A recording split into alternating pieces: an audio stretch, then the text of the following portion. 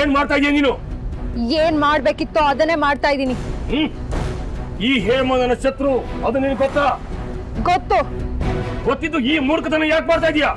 ಇದು ನಿನ್ನ ದೃಷ್ಟಿಯಲ್ಲಿ ಮೂರ್ಖತನ ಇರಬಹುದು, ಆದ್ರೆ ನನ್ನ ದೃಷ್ಟಿಯಲ್ಲಿ ಕರ್ತವ್ಯ.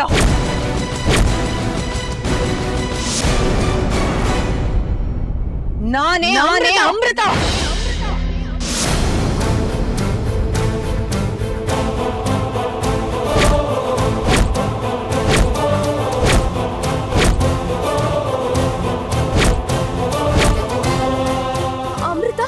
ಯಾಕೆ ಭಯ, ಗಾಬರಿ, ಆತಂಕ ಎಲ್ಲ ಒಟ್ಟಿಗೆ ನಿನ್ನ ಮುಖದಲ್ಲಿ ಕಾಣಿಸ್ತಾ ಇದೆ? ಭಯ, ಗಾಬರಿ, ಆತಂಕನ? ಅದು ನನ್ನ ಮುಖದಲ್ಲ, ಸಾಧ್ಯನೇ ಇಲ್ಲ. ಸಾಧ್ಯನೇ ಇಲ್ಲ ಅಂತ ನೀನು ಬರೀ ಬಾಯಿ ಮಾತಲ್ಲಿ ಹೇಳ್ತಾ ಇದ್ರು. ನಿನ್ನ ಮನಸ್ಸಲ್ಲಿ ಭಯ ಇದೆ ಅಂತ ನನಗ್ ಗೊತ್ತು. ಊರ್ಮಿಳಾ ಎಲ್ಲಿ? ಅವಳು ಇರಬೇಕಾಗಿರೋ ಜಾಗದಲ್ಲೇ ಇದ್ದಾಳೆ. ಅದಕ್ಕಿಂತ ಆಘಾತಕಾರಿ ಸುದ್ದಿ ಇದೆ, ಕೇಳ್ತೀಯಾ? ಏನದು? ನೀವು ಕುತಂತ್ರದಿಂದ ನನ್ನನ್ನ ಅರ್ಜುನ್ ಅವ್ರನ್ನ ದೂರ ಮಾಡೋದಕ್ಕೆ ನೋಡಿದ್ರಿ, ಆದ್ರೆ ನಿಮ್ಮ ಕುತಂತ್ರನ ನಿಮಗೆ ತಿರುಗಿಸಿ ಆ ಊರ್ಮಿಳಾಳ ರೂಪದಲ್ಲಿ ನನ್ನ ಅರ್ಜುನ್ ಅವ್ರನ್ನ ನಿಮ್ಮ ಕಣ್ಣು ಮುಂದೆನೆ ಮದುವೆ ಆದೆ.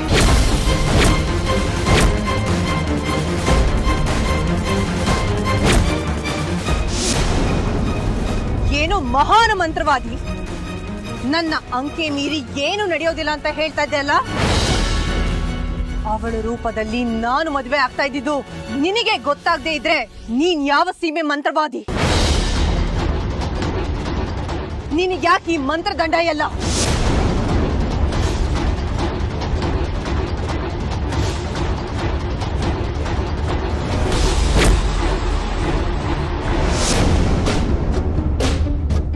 ನನ್ನ ತಂದೆ, ತಾಯಿ, ಬಂಧು ಬಳಗ, ಗುರು ಹಿರಿಯರಿಗಿಂತ ಮಿಗಿಲಾಗಿರೋ ಶಾಸ್ತ್ರಿಗಳಿಗೆ ನಿನ್ನಿಂದ ಏನಾದ್ರೂ ತೊಂದರೆ ಆದ್ರೆ ನಾನಂತೂ ನಿನ್ನನ್ನ ಸುಮ್ಮನೆ ಬಿಡೋದಿಲ್ಲ. ಅರ್ಜುನ್, ನಾನು ನಿಮ್ಮ ಮಣಿ.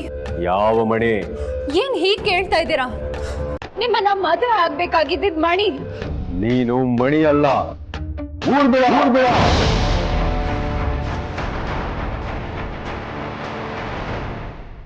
ನೀನ್ ಯಾರು?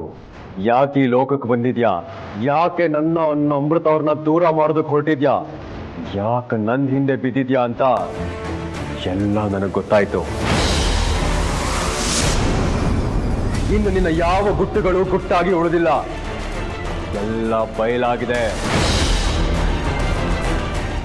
ನಾನು ಇದನ್ನೆಲ್ಲ ಮಾಡಿದ್ದು ನಿನ್ನ ಮೇಲಿರೋ ಪ್ರೀತಿಯಿಂದ.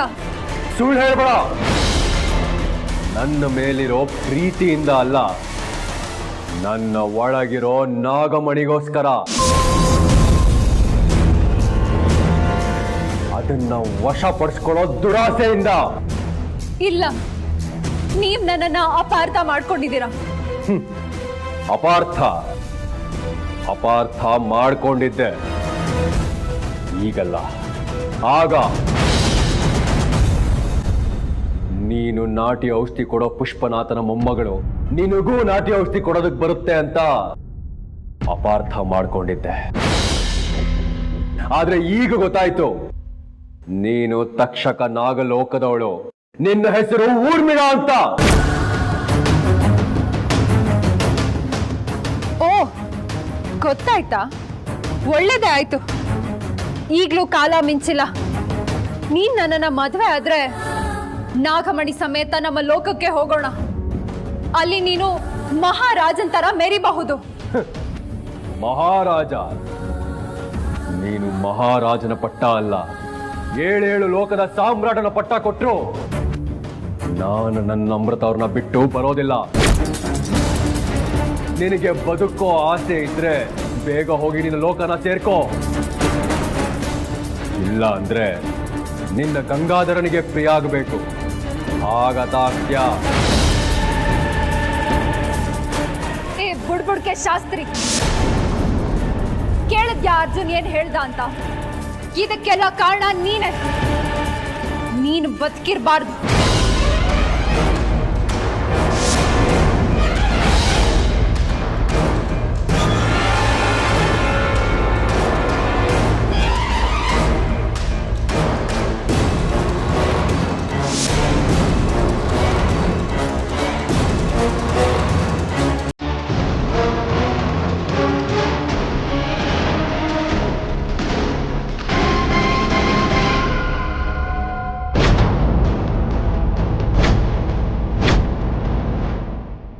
ಅಮೃತ, ನಿಜ ಹೇಳ್ತಾ ಇದ್ದೀನಿ ನೀನು? ಹೌದು ಅತ್ತೆ, ನಾನು ನಾಗಿಣಿಯನ್ನು ಒಂದೇ ಒಂದು ಕಾರಣದಿಂದ, ನಿನ್ನಿಂದ, ನನ್ನ ಅರ್ಜುನ್ ಅವರಿಂದ ನೀವು ನನ್ನನ್ನು ದೂರ ಮಾಡೋದಕ್ಕೆ ನೋಡಿದ್ರಿ. ಆದ್ರೆ ನೀವು ಸಾಮಾನ್ಯ ಮನುಷ್ಯರು ಅಂತ ಅನ್ಕೊಂಡಿರೋ ಆ ಮಣಿ ಕೂಡ ಒಬ್ಬ ನಾಗಿಣಿನೇ.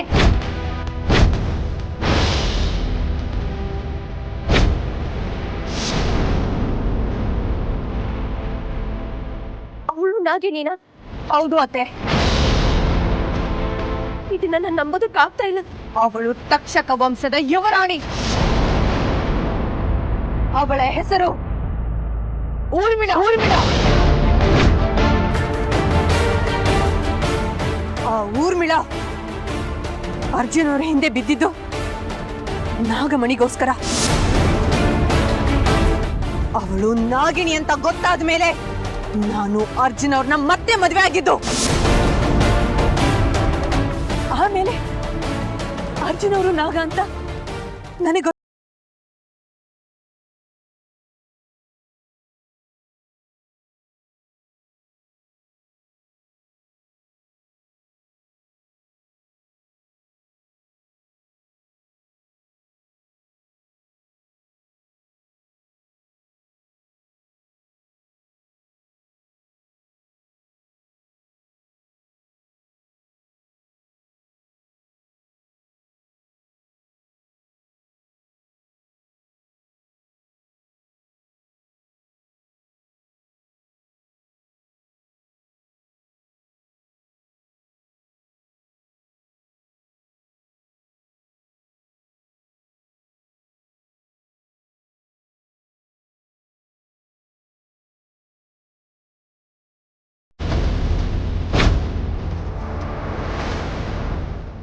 ನಾಗಮಣಿನ ನಾನು ನಿನಗೆ ಕೊಟ್ಟು ನಾನು ಋಣ ಮುಕ್ತಳಾಗ್ಬಿಡ್ತೀನಿ.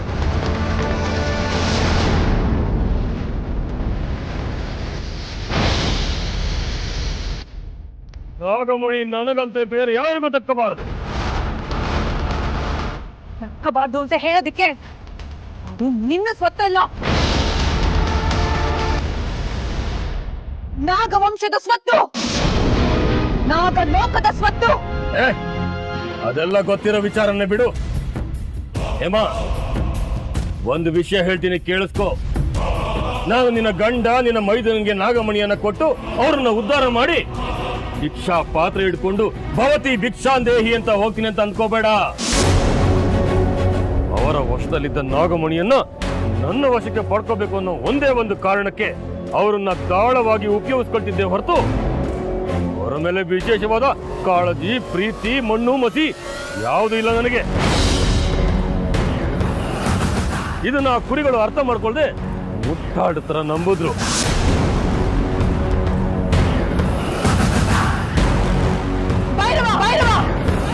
ಎಲ್ಲಿಗೆ ಹೋಗ್ತಾ ಇದ್ಯೋ? ನಾಗಮಣಿಯನ್ನ ವಶಪಡಿಸ್ಕೊಳ್ಳೋದಕ್ಕೆ. ಅದನ್ನ ಪಡ್ಕೊಳ್ಳೋದಕ್ಕಿಂತ ಮುಂಚೆ ಕೆಲವೊಂದು ಲೆಕ್ಕಗಳು ಚುಕ್ತಾ ಆಗ್ಬೇಕು. ಯಾವ ಲೆಕ್ಕ? ಸೂತಕದ ಲೆಕ್ಕನ, ಸೇಡಿನ ಲೆಕ್ಕನ, ಇಲ್ಲ ನಿನ್ನ ಸಾವಿನ ಲೆಕ್ಕನ? ಓ ಹೌದಲ್ವಾ? ನಾಗಮಣಿನ ಪಡ್ಕೊಳ್ಳೋದಕ್ಕಿಂತ ಮುಂಚೆ ನಿನ್ನ ಸಮಾಧಿ ಕಟ್ಟಬೇಕು.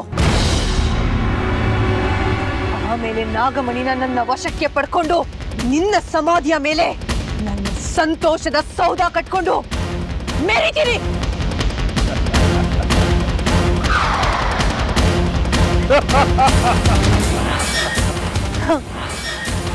ಈ ನಗು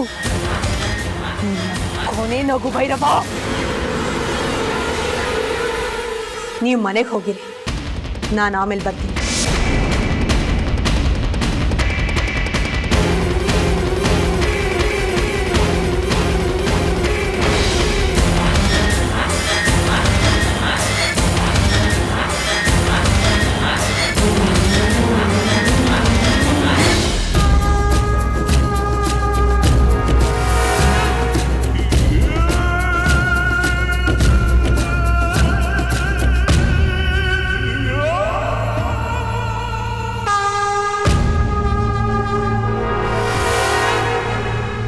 ಊರ್ಮಿಳ, ಅಂತ್ಯಕಾಲದಲ್ಲಿ ಅಧಿಕ ಪ್ರಸಂಗ ಜಾಸ್ತಿ ಮಾಡಬೇಡ. ಒಳ್ಳೆ ಮಾತಲ್ಲಿ ಹೇಳ್ತಾ ಇದ್ದೀನಿ, ಶಾಸ್ತ್ರಿಗಳನ್ನ ಬಿಟ್ಟು ಬಿಡೋ. ತಪ್ಪು ಮಾಡ್ದವ್ರನ್ನ ಕ್ಷಮಿಸಿ ಬದುಕು ಹೋಗು ಅಂತ ಬಿಡೋದಕ್ಕೆ ನಾನು ದೇವದೂತೇನೂ ಅಲ್ಲ, ಶಾಂತಿ ದೂತೇನೂ ಅಲ್ಲ. ತಕ್ಷಕ ಲೋಕದ ಯುವರಾಣಿ ಊರ್ಮಿಳ.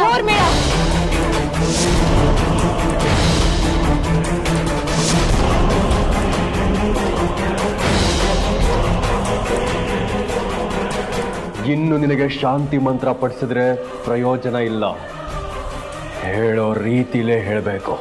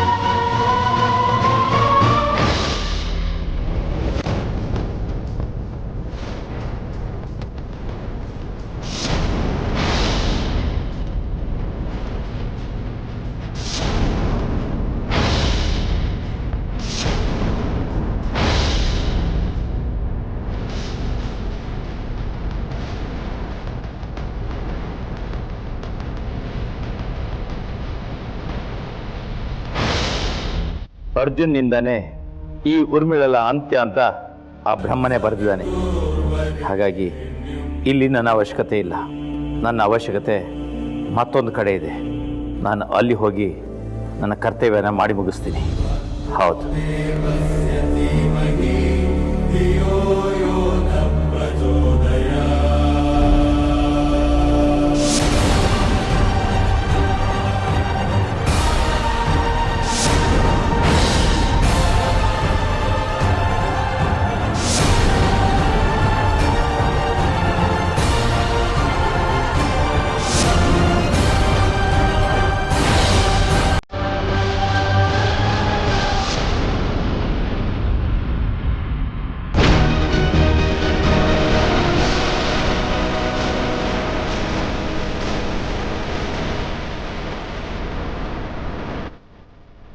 ನಾತಿಗನ್ನ ಪ್ರೀತಿಸೋದಕ್ಕೆ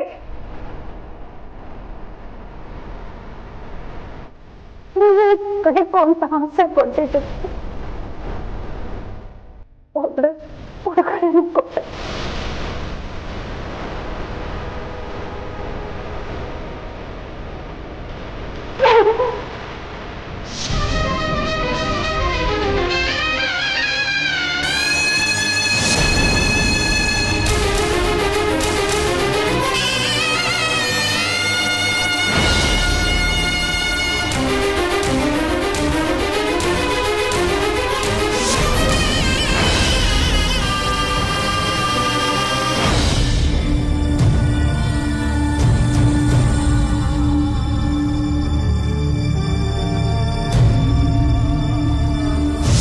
ಸಾವಿರ ಸಲ ಸೋತ್ರು ನಿನಗಿನ್ನೂ ನಾಗಮಣಿ ಮೇಲಿನ ಆಸೆ ಹೋಗಿಲ್ಲ ಅಲ್ವಾ?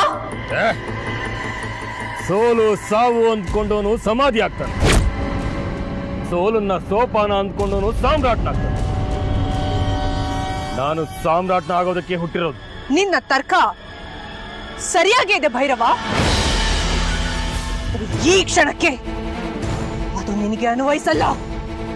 ಮಾತಾಡಿ ಕಾಲಹರಣ ಮಾಡಬೇಡ ನಾಗಿನಿ. ನಾನು ನಾಗಮಣಿಯನ್ನು ವಶಪಡಿಸ್ಕೋಬೇಕು. ದಾರಿ ಬಿಡು. ಅಂದ್ರೆ ನಿನ್ನನ್ನು ಯಮಪುರಿಗೆ ಅಟ್ಟು ಹೋಗ್ಬೇಕಾಗುತ್ತೆ. ಯಮಪುರಿಯ ಬಾಗಿಲನ್ನ ತಟ್ಟಬೇಕಾಗಿರೋದು ನಾನಲ್ಲ, ನೀನು. ಯಾರು ಅನ್ನೋದನ್ನ ಈಗ ನಿನಗೆ ತೋರಿಸ. ಮಹಾಕಾಲ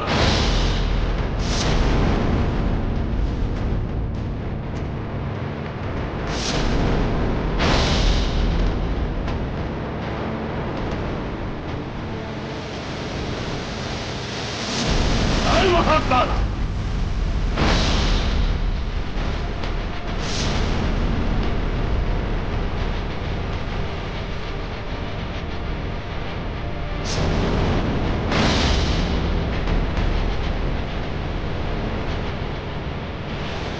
ಮಹಾಕಾಲ.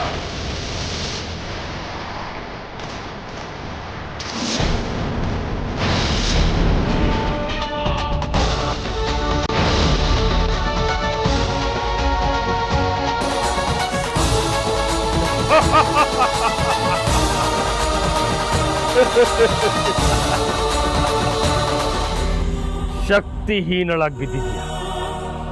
ಈಗ ಗೊತ್ತಾಯ್ತಾ ಯಾರ ಸಾವು ಯಾರ ಕೈಯಲ್ಲಿದೆ ಅಂತ? ಪರಮೇಶ್ವರ, ನೀನು ದುಷ್ಟ ಶಿಕ್ಷಕ, ಶಿಷ್ಟ ರಕ್ಷಕ ಅನ್ನೋ ಮಾತನ್ನ ಇವತ್ತು ಉಳಿಸ್ಕೊ. ಈ ದುಷ್ಟನ್ನ ಸಂಹಾರ ಮಾಡೋದಿಕ್ಕೆ ನನಗೆ ಶಕ್ತಿ ಕೊಡು, ಸಹಾಯ ಮಾಡು ನನಗೆ.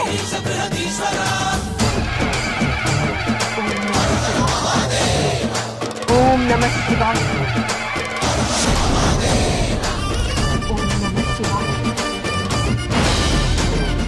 ಓಂ ನಮಃ ಶಿವಾಯ.